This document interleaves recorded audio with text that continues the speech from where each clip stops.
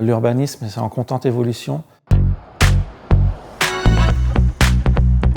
Depuis 2020, je suis à Clermont-Auvergne Métropole en qualité d'instructeur du droit des sols. On a ce qu'on appelle un plan local d'urbanisme, donc un règlement de la commune avec des zones. Et nous, on va regarder si le projet que la personne veut faire est possible sur cette zone selon la réglementation. Nous, on travaille avec la mairie et on va travailler avec la direction de l'eau, on va travailler avec les déchets. On est en consultation avec eux, ils nous répondent et nous, ça nous permet de sortir un arrêté, donc une décision favorable ou défavorable. On peut se retrouver avec un simple abri de jardin, comme on peut avoir une maison d'habitation, comme on peut avoir un supermarché. On n'a pas de dossier atypique, je dirais, au contraire. Et c'est ça qui est assez intéressant, je dirais, au niveau de l'urbain, du moins au niveau instructeur du droit des sols. On sait que l'administratif, ça peut être lourd.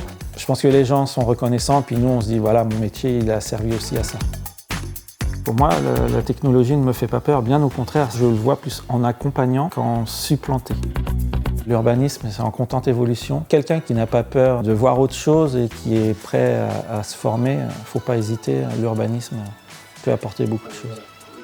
J'ai un service où on a une entente et une cohésion quasi parfaite. Si quelqu'un veut postuler en tant qu'instructeur du droit des sols, il peut venir chez nous, il sera bien reçu, il n'y a pas de souci. Un fonctionnaire, c'est pas ce qu'on dit.